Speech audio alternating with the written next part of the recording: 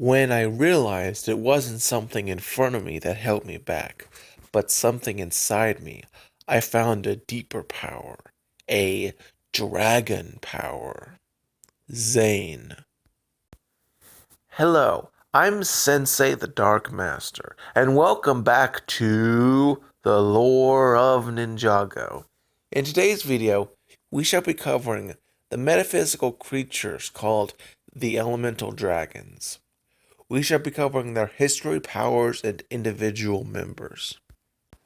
The first known elemental dragon was shown when Lloyd generated the Golden Dragon to defeat the Overlord in the final battle. Lloyd would continue to use the Golden Dragon until the golden power was stripped of him by the Overlord. Later, during the Tournament of Elements, Zane would unlock his elemental dragon, the Titanium Dragon, and would help his fellow ninja and elemental masters unlock their own elemental dragons. They would play a role in Possession and Skybound, where we saw the first elemental combination dragon. We saw another combination dragon during the Hands of Time, and perhaps symbolically, the latest elemental dragon seen in the show would be the Golden Dragon, with the first Spinjitzu Master greeting Lloyd in the afterlife during the ending of the March of the Oni. The elemental dragons are highly individualistic, as such it is hard to make generalizations, but they do share a few traits. For one, they can all fly using wings. They can breathe and attack based on their respective elements, and age in a manner related to their current owner. They also share the weakness in that they dissipate if their owner feels an overwhelming fear. Now that we've covered these few shared traits, let's cover each individual elemental dragon and discuss their uniqueness. Lloyd has had 3 elemental dragons. The first one is the first elemental dragon seen, which is the Golden Dragon, made out of golden power.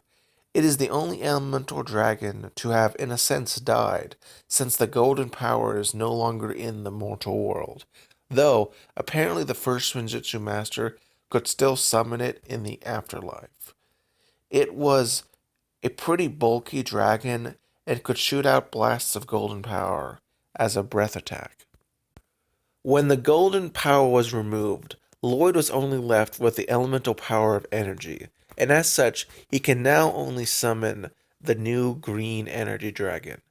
It can shoot blasts of energy that happen to be green.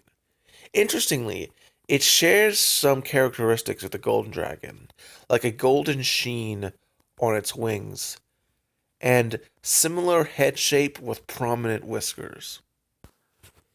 When Lloyd was possessed by Moro, the Moro dragon could be summoned.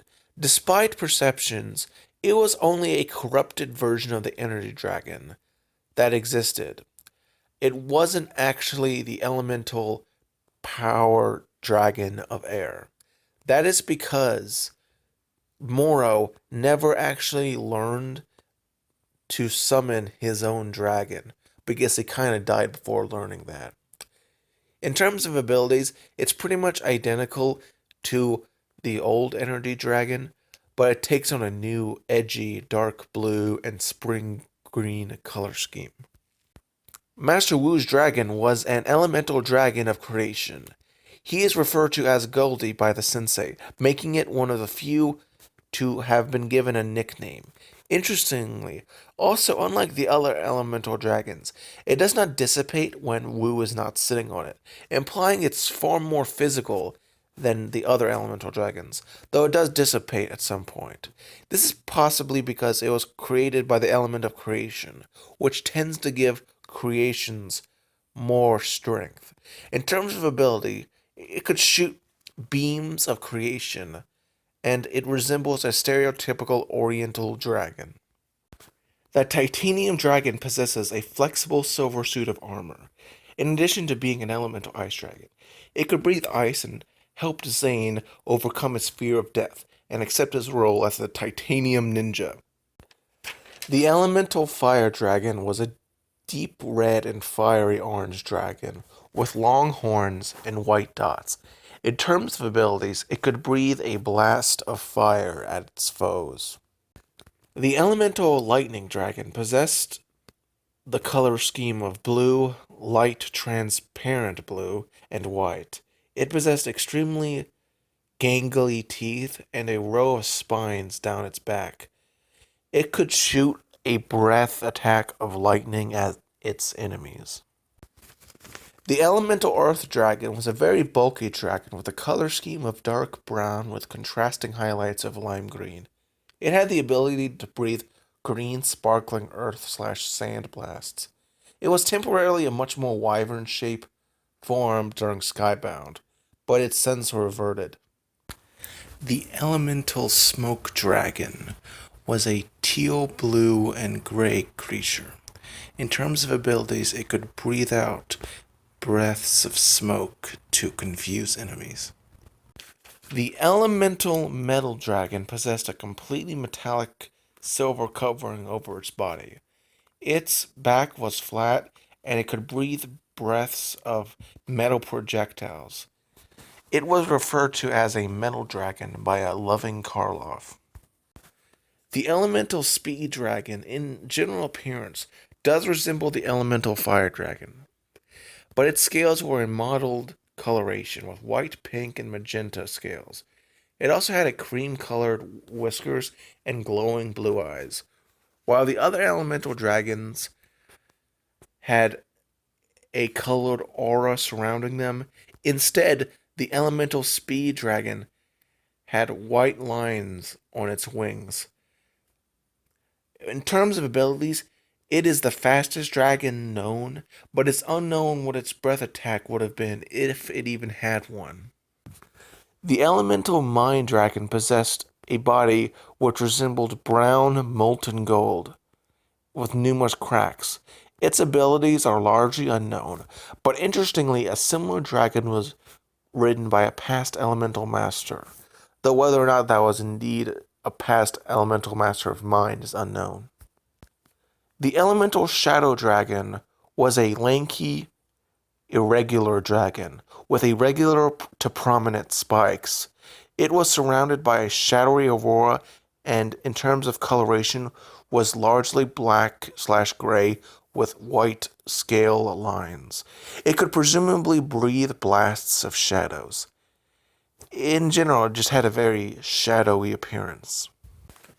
The elemental light dragon is a very stocky one, and interestingly, unlike all the other dragons, it is not associated with a single color, and instead appears able to change its color on a rim. This, of course, plays into the whole idea of light, which light is all colors, but also none colors at the same time. And it could shoot blasts of light from its mouth. The elemental gravity dragon is a gold and black dragon which can presumably push people around with gravity. Its head was a pitch black, while the rest of its body was mostly golden.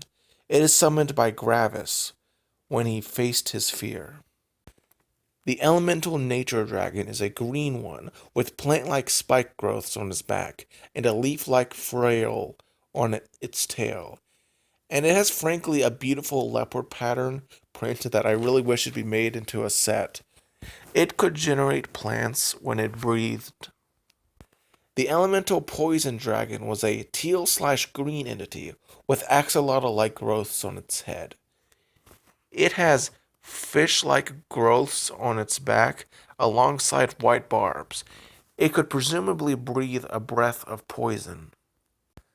The elemental dragon of form is a very unknown one. It was hot pink and purple coloration, with a tail with white spikes on it, and it has white eyes. Its powers are largely unknown, but it is speculated that due to its element, that it's able to change appearance and perhaps mimic the abilities of other dragons, though this is purely speculative.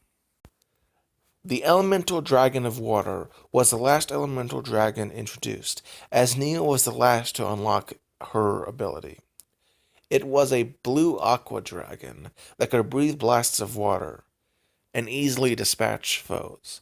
Now, let us cover the second category of elemental dragons, the elemental combination dragons.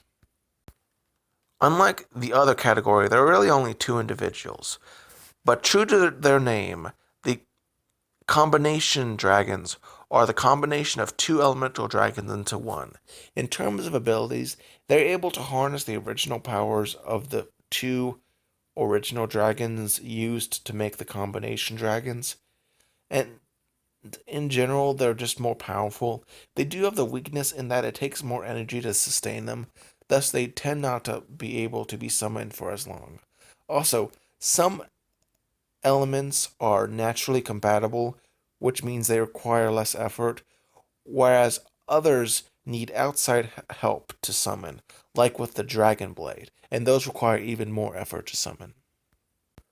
The first elemental combination dragon was the hydroelectric dragon, which was a combination of water and electricity, as the two were complementary. It was summoned by Jay and Nia when Jay was too weak to summon the electric dragon alone during the events of Skybound.